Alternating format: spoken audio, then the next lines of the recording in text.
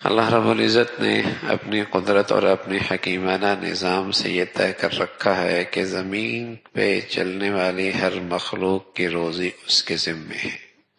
وَمَا مِن دَابَّةٍ فِي الْأَرْضِ إِلَّا عَلَى اللَّهِ رِزْقُهَا، سب کی روزی اللہ کے ذمے۔ ایسا نہیں ہے کہ اللہ نے کوئی شخص دنیا میں بھیجا ہے اور دنیا میں اس کے لیے رزق کا انتظام نہ کیا ہو،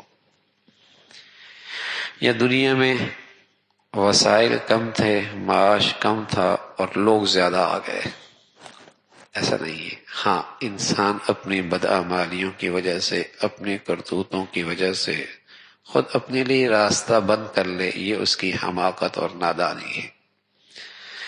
ورنہ اللہ کی طرف سے ایک ضابطہ ہے کہ زمین پہ چلنے والی ہر مخلوق کی روزی اللہ کے ذمے، علی اللہ رزقھا۔ پھر اللہ نے اپنے حکیمانہ نظام سے سب کی روزیاں برابر نہیں رکھی۔ اس میں بہت ساری مصلحتیں، حکمتیں، نظام عالم کا برقرار رہنا، یہ سب چیزیں پیش نظر ہیں۔ سب ایک جیسے ہوتے تو ملازمت کون کرتا، ماتحت کون ہوتا، کام کون کرتا۔ ایسا نظام بنا دیا کہ ایک دوسرے کی ضرورت، ایک کو دوسرے کے ساتھ ضرورت کے طور پہ وابستہ کر دیا۔ دنیا کا نظام ہے، مصلحتیں، حکمتیں اللہ کے پیش نظر ہے، وہ حکیم ذات ہے۔ اللہ یبسط الرزق لمن یشاء ویقدر۔ پھر جنہیں اللہ نے خوشحال بنایا، مالدار بنایا، انہیں بھی یہ بتایا کہ یہ سارا مال تمہارا نہیں ہے۔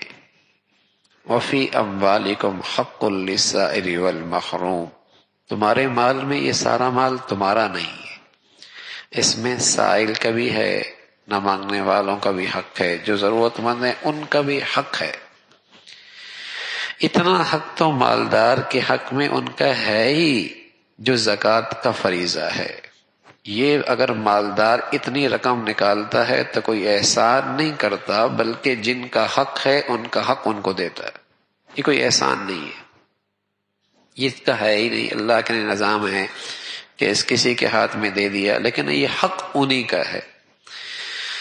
رسول اللہ صلی اللہ علیہ وسلم نے اس کو اس انداز میں فرمایا کہ اگر زکوٰۃ کی تھوڑی سی رقم بھی اس کے اپنے مال میں مل گئی، یعنی جس کا حق ہے اسے نہ دیا، مستحقین کا حق انہیں نہ دیا اور اپنے پاس رکھ لیا، فرمایا میں قسم کھا کے کہتا ہوں کہ اس کا دیگر مال بھی برباد ہو جائے گا۔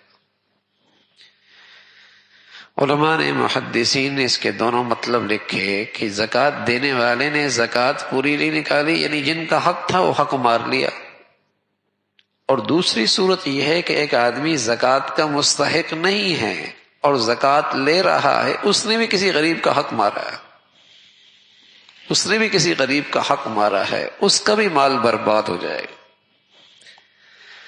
تو فی اموالہم حق للسائل والمحروم، یہ اللہ نے نظام بنایا ہے۔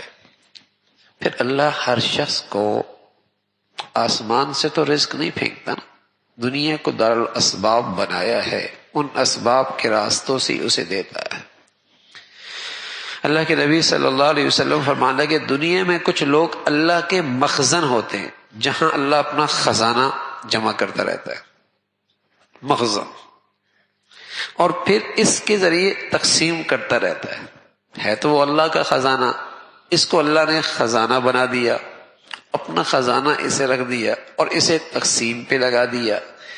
جب تک یہ تقسیم کرنے سے نہیں اکتاتا، یہ سعادت اسے ملتی رہتی ہے، اور جب یہ اکتانے لگتا ہے اللہ یہ مخزن کسی اور کو بنا دیتا ہے تو اللہ کا، یہ تو ہے تو اللہ کا، اس کے کرم ہے کہ کسی کو یہ توفیق نصیب فرما دے۔ تو اس طریقے سے اللہ رب العزت نے اس کائنات کا ایک نظام بنایا ہے، اور تقسیم اسلام کی ایک بہت بڑی خصوصیت ہے کہ اس کا مالی نظام جمع کرنے پر نہیں ہے، تقسیم کرنے پر ہے۔